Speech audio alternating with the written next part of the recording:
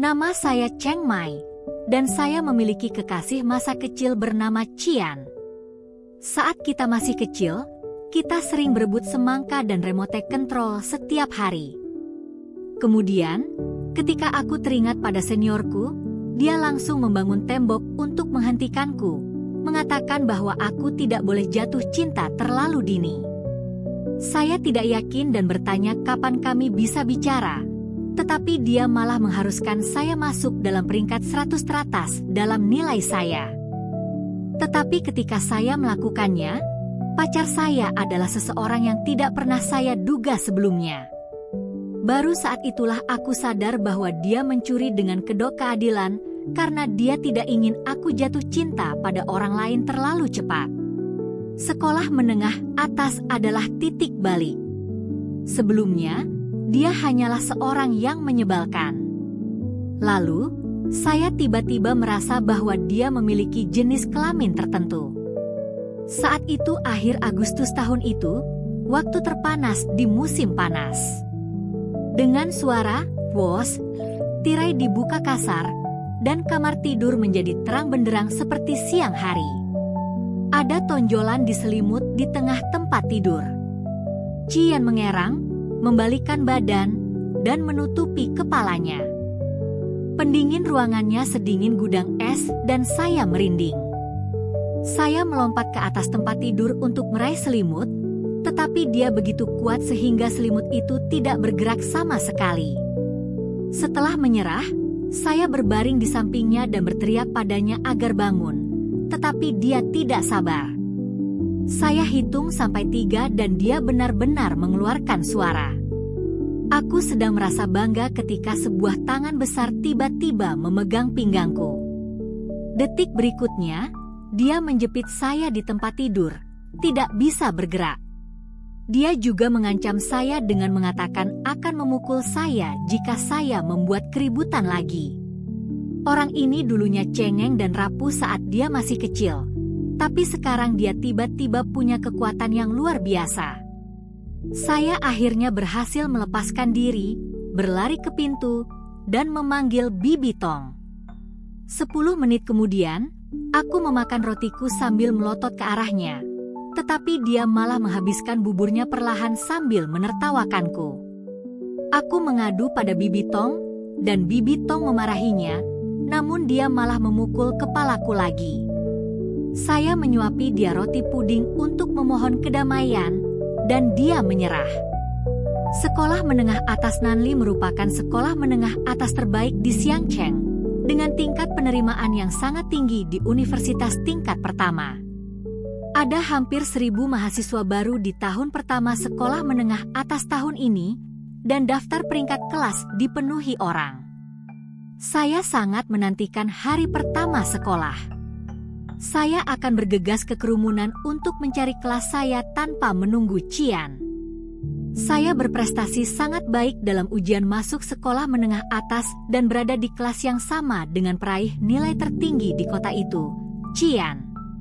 Saya menariknya dengan gembira, tetapi dia meminta saya untuk mengundangnya duduk di meja utama pada jamuan makan malam penghargaan guru. Aku baru berjalan beberapa langkah ketika dia kembali menarik kerah bajuku dan berkata bahwa aku berlari terlalu cepat meskipun kakiku pendek, dan mengeluh tentang aku. Lingkungan SMA Nanli tenang dan sudah ada cukup banyak orang ketika kami tiba di kelas. Saya sedang sibuk membersihkan meja, tetapi Qian melontarkan komentar-komentar sinis. Pada saat ini, seorang gadis cantik muncul, menatap Qian, dan memaksanya duduk di sebelahnya. Qian sangat kedinginan, tetapi gadis itu tidak peduli. Setelah melapor, kami punya waktu luang, jadi saya mengajak Qian berbelanja. Dia merasa terganggu dengan keterlambatanku dan akhirnya menarikku pergi. Ketika membeli pulpen, saya ragu-ragu soal warnanya, dan dia dengan tidak sabar membeli semuanya. Karena saya terlalu lama, banyak sekali orang yang membeli teh susu. Qian menungguku di luar, berbicara dengan seorang anak laki-laki. Setelah anak laki-laki itu pergi, aku bertanya pada Qian siapa dia, namun Qian menolak memberitahuku. Saya bertemu Han Youyuan saat makan malam dan kami berbicara tentang anak laki-laki itu. Qian masih tidak mengatakan apapun. Han Youyuan ingin menanyakan informasi kontak Wen Yi. Saya menolak, dan Qian berkata bahwa saya tidak dewasa dan hanya memperlakukan kami sebagai teman ketika kami baru bertemu. Ketika saya melihat daftar teman sekamar, saya mengetahui bahwa saya berada di asrama yang sama dengan Wen Yi dan Lucia. Wen Yi sangat pandai, menduduki peringkat kedua di kelasnya pada ujian masuk sekolah menengah atas. Wen Yi membantuku merapikan tempat tidur dan mengingatkanku untuk membeli barang. Tiba-tiba saya sakit perut, jadi saya meminta Wen Yi untuk pergi ke kelas terlebih dahulu.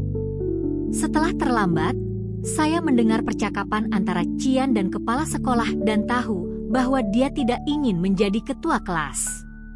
Selama pelatihan militer pada hari kedua, Qian berbicara sebagai perwakilan mahasiswa. Dia sangat tampan sampai gadis-gadis berteriak, tetapi saya tahu dia menyalin naskah itu di menit terakhir. Ketika saya kembali ke asrama pada siang hari, saya mendengar para gadis berbicara tentang Qian, dan mereka menyebut-nyebut saya. Saya merasa sangat malu, lalu bergegas pergi. Saya tidak terlalu lelah pada sore pertama latihan militer, tetapi kebugaran fisik saya sangat buruk, jadi saya masih sangat lelah. Keesokan paginya, Lucia dan saya terlambat dan dihukum lari 5 putaran dan berdiri tegap. Lucia takut kalau aku yang akan disalahkan, tapi aku merasa semua orang seharusnya dihukum. Akhirnya wakil komandan Kompi membiarkan kami pergi dan kami makan roti kukus. Lucia bertanya mengapa aku meneleponnya dan berkata bahwa aku membantunya melipat selimut. Aku bilang aku bebas dan dia mengucapkan terima kasih. Pada saat ini, Qian muncul dan membawakanku beberapa makanan terlarang. Setelah aku memujinya, dia menyuruhku makan dengan cepat dan mengatakan dia tidak akan memedulikanku lain kali. Saat latihan pagi, saya selalu salah mendengar instruksi dan ketahuan oleh instruktur. Aku malu ketika Qian menertawaiku saat latihan tambahan. Saat istirahat, saya mencoba mengambil airnya, tetapi dia menolak memberikannya. Aku menepisnya dari tangannya, meraihnya dan menuangkan separuhnya ke dalam cangkirku sendiri. Dia memukul kepalaku dan ngataiku bodoh. Teman-teman sekelasnya mengejeknya karena bersikap baik padaku, tetapi dia menyangkalnya. Selama latihan militer, semua orang menantikan hujan. Akhirnya hujan turun pada sore hari ketiga. Anak lelaki di asrama Qian mengejekku tentang bentuk tubuhku yang bagus, dan Qian menjadi marah dan memukul anak lelaki itu.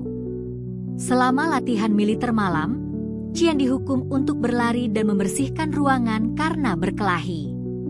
Saya khawatir terhadapnya dan bertanya mengapa dia berkelahi, tetapi dia tidak memberitahu saya. Setelah putus, saya melihat dia dan Han Youyuan sedang membersihkan. Aneh sekali. Ia juga menyindir metode hukuman yang digunakan oleh Direktur Departemen Politik dan Pendidikan. Aku tanya lagi apa yang menyebabkan perkelahian itu, tapi dia tetap tidak mau memberitahuku. Saya marah dan lari, tetapi dia tidak peduli. Dia ingin tidur di malam hari, tetapi saya meminta seseorang untuk memberitahunya agar turun. Dia tidak sabar, namun tetap datang. Saya mengobatinya dengan obat dan teringat saat terakhir kali dia bertarung untuk saya. Saat aku masih kecil, aku tidak menyukai Qian dan mengira dia adalah anak orang lain. Kemudian mereka tinggal bersama di pedesaan dan hubungan mereka membaik. Ibu saya meninggal dunia saat saya duduk di kelas 2 SMP, dan saya diganggu oleh teman-teman laki-laki saya. Qian terluka dalam perkelahian karena aku, dan aku merasa sangat bersalah karenanya. Namun dia menghiburku. Dia bertempur lagi selama pelatihan militer ini, dan dia tidak mau memberitahu saya alasannya. Selama beberapa hari berikutnya pelatihan militer, Qian menjadi bahan gosip. Saya malas dan pura-pura pingsan lalu pergi ke ruang perawatan. Di sana saya bertemu Jiang Yu. Dia mencari air Huo Xiang Zhengqi, dan saya membantunya menemukannya. Ketika saya mendengar dokter sekolah kembali, saya segera berbaring kembali di tempat tidur.